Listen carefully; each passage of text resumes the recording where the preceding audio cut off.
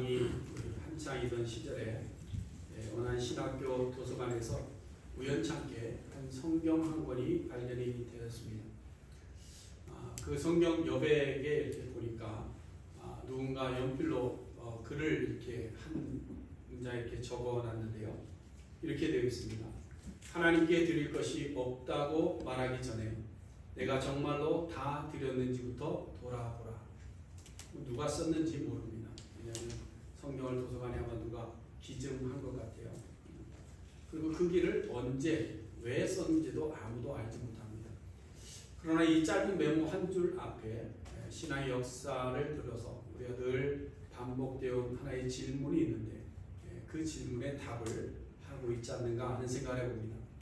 하나님 앞에 드릴 수 있는 우리의 시간이나 우리의 물질이나 우리의 헌신이 정말 내가 드릴 것이 없어서 드릴 시간이 부족해서 우리가 너무나 바빠서 드리지 못하는 것인지, 그리고 나는 다 드렸다라고 생각할 때 정말로 나는 온전한 마음으로 아낌없이 다 드렸는가 하는 것에 대해 우리는 한번 생각하게끔 하는 문장이 아닌가 생각해 봅니다.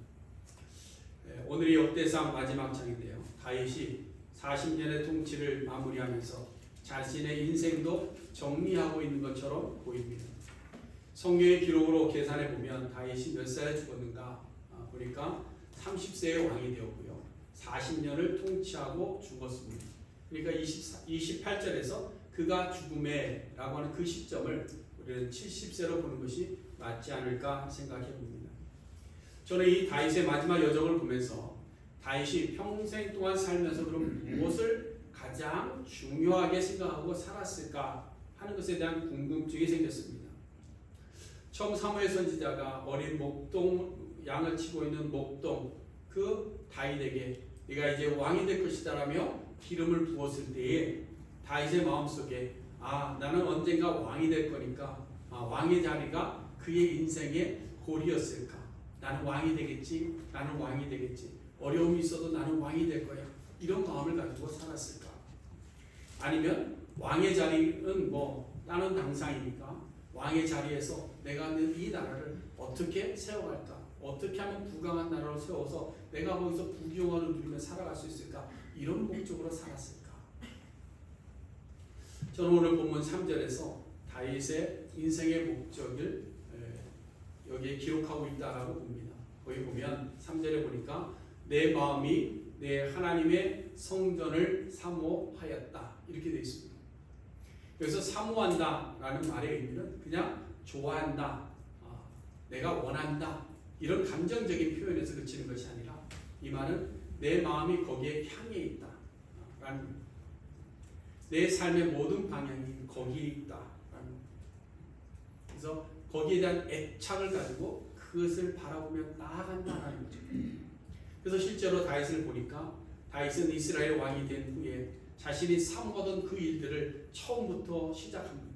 우리가 잘 아는 대로 왕이 되었을 때 가장 먼저 하는 일이 뭡니까? 언약궤를 찾아옵니다. 언약궤를 찾아옵니다. 그리고 그 언약궤를 찾아온 것에 그치지 않고 다윗이 꿈꾸는 것이 뭐냐? 성전을 건축하는 꿈을 가지게 됩니다. 왜 이런 꿈을 가지게 됐는가? 사무엘하 7장 2절은 이렇게 이야기하죠. 나는 백향목 궁에 살거늘 하나님의 궤는 휘장 가운데 있다. 자신이 왕이 되어서 화려한 궁궐에 살고 있는데 하나님의 언약궤는 여전히 광야 생활하는 것처럼 천막 속에 있는 것을 바라보며 마음속에 거룩한 부담이 있었던 것이죠. 그리고 그의 생애를 마감하는 시점까지도 오직 자신의 가진 모든 것을 성전 건축을 위해서 다 내어놓는 것이 오늘 본문의 말씀입니다. 결국 다윗은 적어도 왕이 된 이후 그는 하나님의 성전을 늘 사모했습니다. 성전 건축에 대한 목적을 가지고 살았습니다. 마지막까지 그 성전 건축을 이루기 위해서 자기의 가진 것을 다 내어주었다는 거죠. 자기의 생에 가진 모든 것을 내어주는 것만큼 자기의 애착된 것이 없는 거죠. 그렇지 않습니까? 우리의 삶도 마찬가지입니다. 마지막에 나의 가진 것을 다 어떻게 하느냐에 따라서 우리의 인생이 어디에 목적을 두고 있냐를 볼 수 있는 거죠. 우리는 보통 자녀들을 바라봅니다. 그래서 자녀들에게 내 모든 것을 쏟아붓고 그 다음에 남은 것도 자녀들에게 다 남겨주기를 원하죠. 왜? 나의 사모함이 자녀들에게 있기 때문에 그런 겁니다. 그런데 여러분 1900년대에 시카고에 거부했던 부모님 밑에서 태어난 한 사람이 있습니다. 21살이 되었을 때에 부모로부터 100만 달러를 상속받습니다. 당시 100만 달러니까 현재 시가로 하면 얼마나 될까 제가 GPT한테 물어봤더니요. 3,700만 달러가 되더라고요. 근데 뭐 그 투자하고 그랬으면 더 됐겠죠. 그렇죠? 이 100만 달러의 장자가 100만 장자가 된 윌리엄 보딘이라는 사람인데요. 이 사람이 고등학교 때 이 100만 장자가 됐는데 대학을 들어갔습니다. 예일 대학을 들어가고 예일 대학도 다 졸업한 후에 세계 여행을 떠났습니다. 세계 여행을 다니다가 중동 지역을 가다가 가난하고 질병에 고통하는 사람들을 많이 봅니다. 그때 이 윌리엄 보딘이 마음에 큰 충격을 받습니다. 그래서 나는 이제 이 헐벗고 굶주린 사람들을 위해서 예수님의 사랑을 증거하는 선교사가 되겠다. 마음에 다짐을 합니다. 그러고 나서 보드는 자신의 결단의 내용을 자신이 들고 있는 성경책 안쪽에 써 놓았습니다. 뭐라고 써 놓았느냐? No reserve. 는 남김없이 드리겠다. 남김없이 하나님 앞에 드리겠다. 하나도 남김없이 드리겠다. 그 후 보드는 여러 기업에서 스카우트 제의를 받기도 했습니다. 그런데 보드는 선교 사역을 위해서 신학교에 먼저 입학합니다. 주변 사람들이 막 말렸죠. 야, 너 돈도 많은데 뭐하러 고생하냐? 가지 말아라. 그렇지만 보드는 자신이 정한 그 길에서 돌이키지 않기 위해서 두 번째 문구를 또 성경에다가 기록합니다. 뭐라고 썼느냐? No retreat. 이것은 후퇴하지 않겠다. 어떤 일이 있어도 물러서지 않겠다라는 자기의 결단을 그 밑에다가 쓴 겁니다.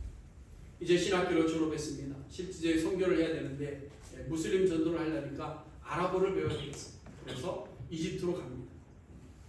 이집트로 떠나면서 자기가 물려받았던 모든 재산을 선교단체에다가 기부합니다. 그러고 나서 홀로 이집트로 가요. 그런데 참 얄궂게도 다윗이 그렇게 원했던 성전 건축을 이루지 못한 것처럼 이 보든도 실질적인 선교를 시작하기도 전에 이제 언어 배워서 선교하려고 하는데 이집트에 가서 4달 만에 뇌막염에 걸립니다. 그러고 나서 한 달 만에 세상을 떠나게 됩니다. 참 허무해 보이기도 합니다. 근데 그의 유품이 집으로 전달되어졌는데 그의 성경이 드러났습니다. 그 성경 안에 보니까 그가 기록해 놓았던 두 단어 No reserve, No retreat. 근데 그 밑에 하나가 더 있더라고요. 그게 뭐냐? No regret. 발음이 맞는지 모르겠어요. 자신의 전 재산을 포기하면서 간절히 어떤 선교를 갔는데 자기는 병에 걸려 죽어가면서도 자기가 거기다 쓴 것은 뭐냐? 절대 후회하지 않겠다. 입을 열어 어디서 복음 전한 것도 없고 가난한 자를 찾아간 적도 없고 그 길을 이제 막 가려고 하는데 그 길이 막혔음에도 불구하고 나는 후회하지 않겠다. 보든의 마음이 무슨 마음일까요? 오직 하나님께서 자기를 부르신 그 간절한 마음을 사모하고 그 길을 그냥 달려가는 겁니다.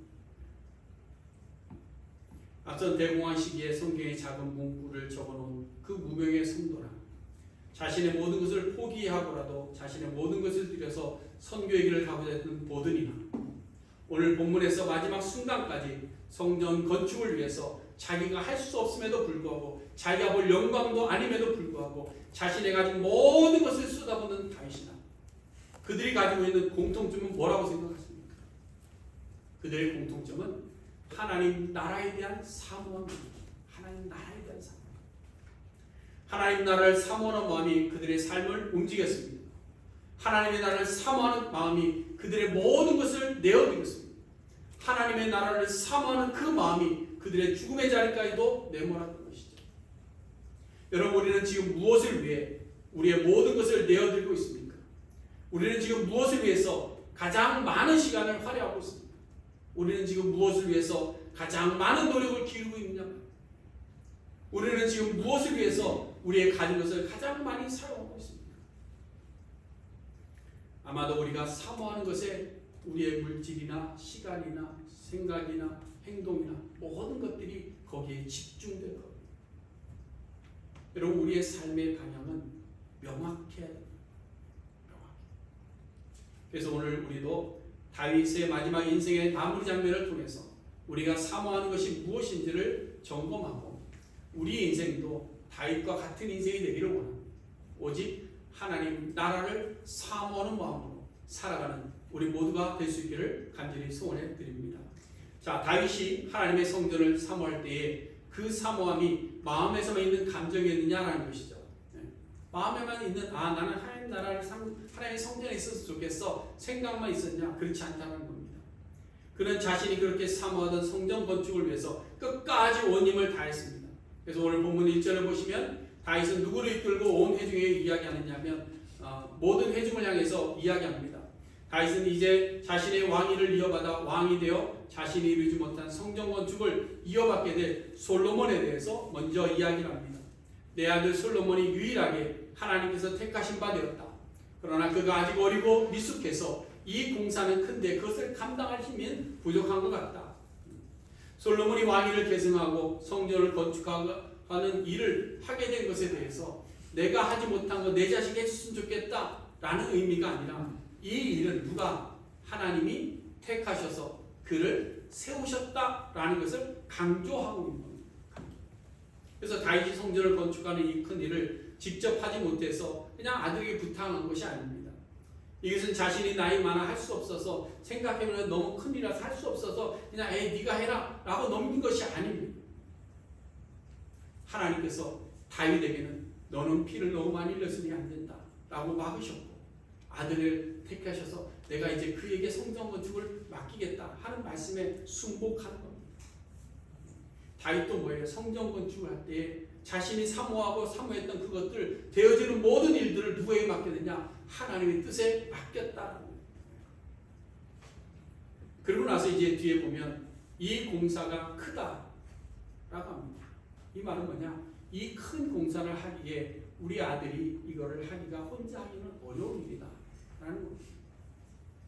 그러면서 백성들에게 호소하는 것이 뭐냐면요, 그 다음 말씀인데 이 성전은 사람을 위한 것이 아니고 누구를 위한 것이다? 여호와 하나님을 위한 것이다. 여기서 보면 알겠지만 다윗이 지금 성전 건축을 해서 어떤 큰 공사를 해서 자기를 어떻게 보이려고 하는 그런 것이 아닙니다. 일반적인 사람들 같으면 자신의 업적을 남기려고 건물을 크게 짓기도 합니다. 그래서 어디든지 자기 이름 석자를 남기는 것을 좋아하죠. 그것은 자신의 인생의 중요한 업적처럼 생각하기도 합니다. 예전에 우리 선배 목사님들도 그런 수고를 많이 하셨습니다. 그것이 뭐 나쁘다는 이야기를 하는 건 아니에요. 성전, 꿈에도 소원이 본인이 사역하는 동안에 성전 건축하는 것, 예배당 건축하는 것, 그것을 꿈의 사역으로 알고 일하시는 분들이 많습니다. 또 서부의 어느 교회 가보면 여기는 정말로 무슨 업적을 기리는 것처럼 했습니다. 예배당을 아주 크게 지어놨고 그 옆에다가 기념비 탑을 세워놓습니다.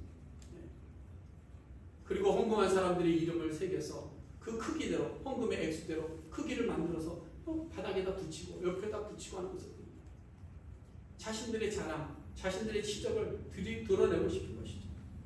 그런데 다윗은 지금 아무리 자신이 준비하고 자기 아들이 일을 마치게 한다 할지라도 이것은 나의 공적도 아니고 나의 자녀를 위한 것도 아니라 오직 이 성전은 여호와 하나님을 위한 것이기 때문에 우리가 함께하자 하는 것을 이야기합니다.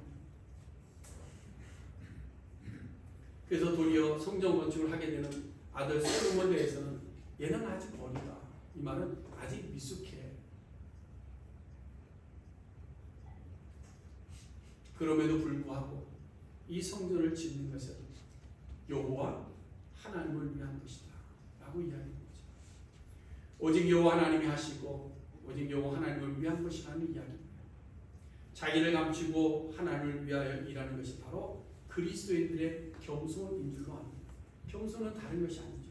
내 욕망과 내 욕구와 내 자랑을 감추고 오직 하나님이 원하시는 그 일을 위해서 하나님께서 맡기신 일을 위해서 우리가 묵묵히 달려가는 그것이 바로 겸손인 줄로 믿습니다. 그러므로 우리 각자가 지금 감당하고 있는 사역이나 섬김의 자리나 개인적인 우리 인생도 마찬가지죠. 하나님 나라를 사모하는 자들은 자신이 하는 일에 대해서 스스로 된 줄로 여기기 위해서 자신이 하는 일들을 감당하는 것이 아닙니다. 도리어 자신의 연약함을 인정하고 그것을 통해서 하나님의 일들을 이루어갈 수 있도록 자신을 내어 드리는 겁니다. 그 자리가 커 보일수록 그것이 내 것이라는 사실을 더 자주 새겨야 됩니다. 우리는 위대한 일들을 만들거나 큰 일들을 만들면 내가 이 큰 것을 행했다라는 생각을 자주 할 때가 있습니다. 다윗은 이스라엘의 가장 위대한 왕이었지만, 그리고 자기 아들은 솔로몬 최고의 지도자였지만, 자기도 아들도 성전을 준비할 때는 그저 하나님께서 시키시는 대로 일하는 청직일 뿐임을 고백하고 있는 겁니다. 여러분, 오늘날 신앙의 연륜이 쌓이고 교회 안에서 감당하는 역할이 커질수록 은근하게 우리 속에는 내 교회, 내가 세운 사역라는 나의 소유의식이 왜 빠져들기가 너무나도 쉽습니다. 그러나 다윗은 이 성전 건축의 총책임자 같은 위치에 있으면서도 끝까지 이것은 나를 위한 것도 아니고 사람을 위한 것도 아니라 오직 하나님을 위한 집임을 강조하고 있습니다. 그래서 시편 127편 1절에도 보시면 여호와께서 집을 세우지 아니하시면 세우는 자의 수고가 헛되다라고 고백하죠. 성전 건축의 진정한 주체를 이야기하는 겁니다.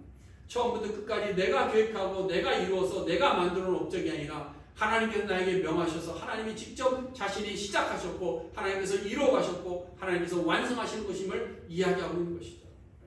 우리는 뭐냐? 그 도구일 뿐이다라는 거예요.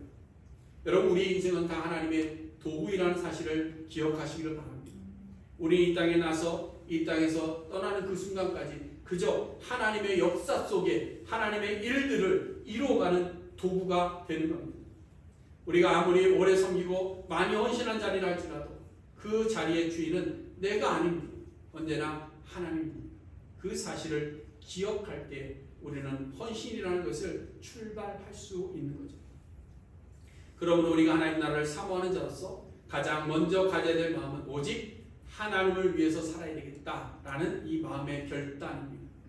내가 무슨 일을 하든지, 내가 다 목사가 되겠다, 내가 꼭 교회에 무슨 일을 해야 되겠다, 내가 선교사, 이게 아닙니다. 나에게 주어진 어떤 재능과 어떤 모습이 있고 어떤 직업이 있다 할지라도 그 모든 것들을 통해서 내가 여호와 하나님을 위해서 살아야겠다는 결단이 우리에게 필요한 것이다. 그래서 사도 바울은 골로새 교회를 향해서 권면합니다. 무슨 일을 하든지 마음을 다해서 죽게 하듯 하라. 무슨 일을 하든지 온 마음을 다해서 누구께? 죽게 하라. 여러분, 우리도 하나님의 나라를 사모하는 자로서 우리의 삶의 목적과 실천이 오직 주님을 위해서 죽게 하듯 하는 우리 모든 성도님들 될 수 있기를 간절히 바랍니다. 자, 그럼 다윗이 하나님의 성전을 사모해서 실질적으로는 어떤 일을 했는가? 그의 실천함이 뭐였느냐는 거죠. 그것은 바로 자신에게 맡긴 모든 것들을 하나님 앞에 다시 내어드리는 겁니다. 부모가 자녀를 위해서 산다고 할 때 부모는 자녀를 위해서 어떻게 합니까? 모든 것을 내어줍니다. 국민이 나라를 위해서 산다고 할 때 어떻게 합니까? 자신의 목숨까지 내어줍니다. 그 사람을 우리는 애국지사라고 부릅니다. 윌리엄 보든과 같은 사람은 가난한 자들을 위해서 산다고 해서 자신의 가진 모든 유산을 다 내어줬을 뿐만 아니라 자기의 목숨까지도 내어주었습니다. 오늘 다윗은 성전 건축을 사모하는 것을 말로만 하지 않고 자신의 가진 모든 열정과 자신이 지금까지 얻은 모든 물질을 다 내어놓았다. 2절 말씀 보시면 하나님의 성전을 위하여 힘을 다하여 준비했다. 또 3절에 자신이 사유한 금, 은을 성전 건축을 위해서 드렸다. 이미 22장에 보면요, 다윗이 성전 건축을 위해서 금 10만 달란트와 은 100만 달란트와 녹과 철 그리고 제목과 돌들을 준비했다라고 나와 있습니다. 근데 오늘 본문을 보니까 금이 3천 달란트이고 은이 7천 달란트밖에 되질 않아요. 차이가 많이 납니다. 왜 이렇게 차이가 날까? 보면 22장은요, 국가의 재정으로 전쟁에서 얻은 전리품과 속국으로 받은 조공들이 있습니다. 그 모든 것들을 성전 건축 비용으로 국가적 재산을 따로 모아둔 겁니다. 근데 오늘 본문에서 이야기하는 것은 뭐냐? 다윗이 개인적으로 가지고 있었던 모든 재물들을 성전 건축을 위해서 내어놓았다는 겁니다. 다시 말해서 성전을 건축하는 일에 사모하는 마음을 가졌는데 그 사모하는 마음을 통해서 자신의 가진 모든 것들뿐만 아니라 왕으로서 국가의 재정까지도 다 내어놓고 하나님 앞에서 그 일을 이루었다라는 거예요. 자기의 모든 것을 다 내어놓은 거예요. 그러고 나서 이제 모여있는 지도자들에게 이 일에 좀 동참해라 라고 권면하는 거죠. 여기서 우리가 보아야 될 것은 다윗은 하나님께 예배하는 일이나 성전을 건축하는 일에 있어서 거저하려고 하지 않았다는 겁니다. 언제나 자신의 것을 내어주고 정당한 값을 치르려고 했던 것이 다윗의 인생의 삶의 모토였습니다. 그래서 사무엘하 24장에 보면 다윗이 아라우나의 타작마당에서 제단을 쌓을 일이 있었습니다. 그때 아라우나가 왕에게 이 마당을 그저 내주겠습니다. 제물도 드리겠습니다. 라고 이야기했지만 다윗은 내가 하나님 앞에 제사할 때에 그냥 드리는 것이 아니다. 여기에 대한 정당한 값을 내가 주겠다. 타작마당에 정당한 값을 주고 소도 정당한 값을 주고 사서 그것을 가지고 타작마당에서 하나님 앞에 제사했습니다. 이와 마찬가지로 다윗은 성전을 건축하면서 국가의 재정으로 다 하려고 하지 않았습니다. 야 나라 돈으로 다 해! 하지 않았습니다. 자기는 이름만 내고 내가 성령 건축하고 내 아들 성전 건축하고 이것이 아니라 다윗이 국가의 재정을 모아는 것으로 성전을 건축할 때 자기의 가진 것까지 다 하려고. 이것이 바로 사모하는 마음을 가진 자에게서 나올 수 있는 헌신입니다. 다윗이 이제 나이 많아서 더 이상 물질에 대한 필요를 느끼지 못했기 때문에 드리는 것이 아닙니다. 여러분 이러한 예가 사실은 우리 주변에도 너무나도 많이 있습니다. 그걸 일일이 다 소개하기는 너무나도 많아서 소개할 수가 없어요. 여러분 다윗이 물질에 대한 욕심이 있었다고 한다면 차라리 더 많은 것을 잘 모아서 누구에게 줬을까요? 솔로몬에게 주지 않았겠습니까? 유산으로 줘서 아들이 좀 많은 부를 가지고 있으면 당시에 부 그러면 권력의 상징 아닙니까? 많은 부를 가지고 나라를 통치하기 힘이 되겠죠. 그러나 다윗의 목적은 하나님을 위해서 하나님의 성전을 건축하는 일이었기 때문에 비축된 국고가 아무리 넉넉하다 할지라도 자기의 가진 모든 것을 성전 건축을 위해서 내어놓았다. 여러분 우리가 하나님을 위해서 산다 하고 하나님의 영광을 위해서 산다라고 할 때 우리는 하나님을 위한 헌신에 계산기가 개입이 되면 하나님을 위해서 살 수가 없습니다. 누구를 위해서 살 때는 계산기가 투입되면 위해서 살 수가 없습니다. 자기 이익을 위해서 사는 것이죠. 자녀를 위해서 산다고 할 때 계산기가 들어가면 자녀를 위해서 모든 것을 내어줄 수가 없는 겁니다. 국가를 위해서 산다고 할 때 국가에서 내가 받을 것을 계산해서 계산기를 두들게 되면 국가를 위해서 자기 목숨을 내어주는 애국지사가 될 수가 없는 것이죠. 진정으로 하나님 나라를 사모하는 성도는 대가를 계산하지 않습니다. 진정으로 하나님 나라를 사모하는 성도는 오히려 값을 치르는 것을 기뻐하는 것이죠. 다윗이 값없이 제사를 드리지 않겠다고 한 원칙을 우리가 본받아서 하나님 앞에 예배하는 일과 주의 나라를 헌신하는 일에 있어서 아낌없이 내어줄 수 있는 우리 모든 헌신자들 다 될 수 있기를 간절히 바랍니다. 그리고 우리가 하나님 나라를 사모해서 헌신할 때에는요 한 가지 더 있습니다. 그것은 자원하는 마음으로 해야 됩니다. 제가 아무리 이렇게 합시다 해도 아무도 아멘 안 하잖아요. 그렇죠? 동의를 안 한다는 얘기예요. 그렇죠? 제가 억지로 할 수는 없는 거예요. 다 자원하는 겁니다. 다윗은 성전을 위해서 준비한 것들과 헌금 내역을 공개한 후에 이제 지도자들이 호소하죠. 5절 말씀 하반절 보세요. 오늘 누가 즐거이 손에 채워 여호와께 드리겠느냐? 누가 여호와께 드리겠느냐라고 이야기합니다. 근데 거기 뭐 붙었죠? 즐거이. 가문의 지도자들이 이 말을 듣고 천부장들과 백부장들과 사무관들이 다 응답합니다. 그래서 즐거이 헌금합니다. 그래서 모인 금액이 7절에 나옵니다. 그리고 9절에 보면 백성들도 드립니다. 백성들도 하나같이 자원해서 즐거이 드립니다. 다시 말해서 이스라엘이라는 나라를 구성하는 모든 조직과 영역의 대표자들이 자원했다는 성전 건축에서 자원했다. 그러므로 여러분 우리도 마찬가지입니다. 하나님의 성전을 건축하는 일에 사회적 지위나 재산의 규모나 상관없이 각자 자신의 자리에 서 있는 자리에서 자원함으로 즐거이 동참하는 신앙이 돼요. 자원함으로 동참하는 신앙. 자원한다라는 말의 의미는 어떤 강요가 아니라 어떤 명령이 있었기 때문이 아니라 제안에 대해서 모두가 동의했다라는 동의. 이것은 스스로 결단하고 스스로 움직였다라는 겁니다. 다윗이 지도자들을 얼마, 백성들을 얼마 각출한다 이렇게 정해놓은 것이 아닙니다. 자, 이제 성전을 건축하니까 지도자는 얼마네? 아니 백성들 얼마씩 내? 라고 각출한 것이 아닙니다. 강제하지 않았습니다. 명령하지 않았습니다. 우리가 이제 성전을 건축하자 할 때 모두가 자원하는 마음으로 나갔다. 다윗은 성전 건축의 취지와 목적을 전하고 하나님의 뜻이 어디에 있는지를 설득시킨 후에 자신이 먼저 헌신한 것을 보여줬고 누가 함께 했는가 물어본 것에 대해서 지도자들도 백성들이 다 응답하고 참 놀라운 거죠. 오래전 우리나라에도 이와 똑같은 형태가 있지 않았습니까? 온 국민들이 함께 자원해서 참여한 운동이 있었죠. 금모으기 운동입니다. IMF로 인해서 국가적 위기의 순간에 애국 가락지 모으기 운동이라는 것을 벌였습니다. 이때 한 넉 달 정도 모았는데요. 모인 사람들 숫자가 보니까 351만 명이 참여했다. 나중에 다시 보상을 해준다고 했기 때문에 참여했다고 볼 수도 있지만 사실은 말 그대로 애국하는 마음, 나라를 지키겠다는 마음, 나라를 사모하는 마음, 그들이 가지고 있던 모든 것들을 가지고 나온 것이죠. 여러분 이때는 일제시대처럼 강제로 집집마다 쫓아다니면서 빼앗는 것이 아니었습니다. 강제로 각출한 것도 아닙니다. 모두가 자원해서 내 나라를 구하려는 마음을 가지고 아이들의 돌반지부터 시작해서 숨겨놓았던 금투포까지 들고 나옵니다. 여러분 성경에도 똑같은 원리를 가지고 똑같은 일들이 일어났던 것을 봅니다. 출애굽기 35장에 보니까 광야에서 성막을 하나님께서 지으라고 말씀하실 때 그 재원이 어떻게 마련됐겠습니까? 모세가 백성들에게 이렇게 이야기합니다. 너희의 소유 중에서 너희는 여호와께 드릴 것을 택하되 마음에 원하는 자는 이렇게 되어 있습니다. 마음에 원하는 자는 누구든지 그것을 가져다가 여호와께 드릴지라.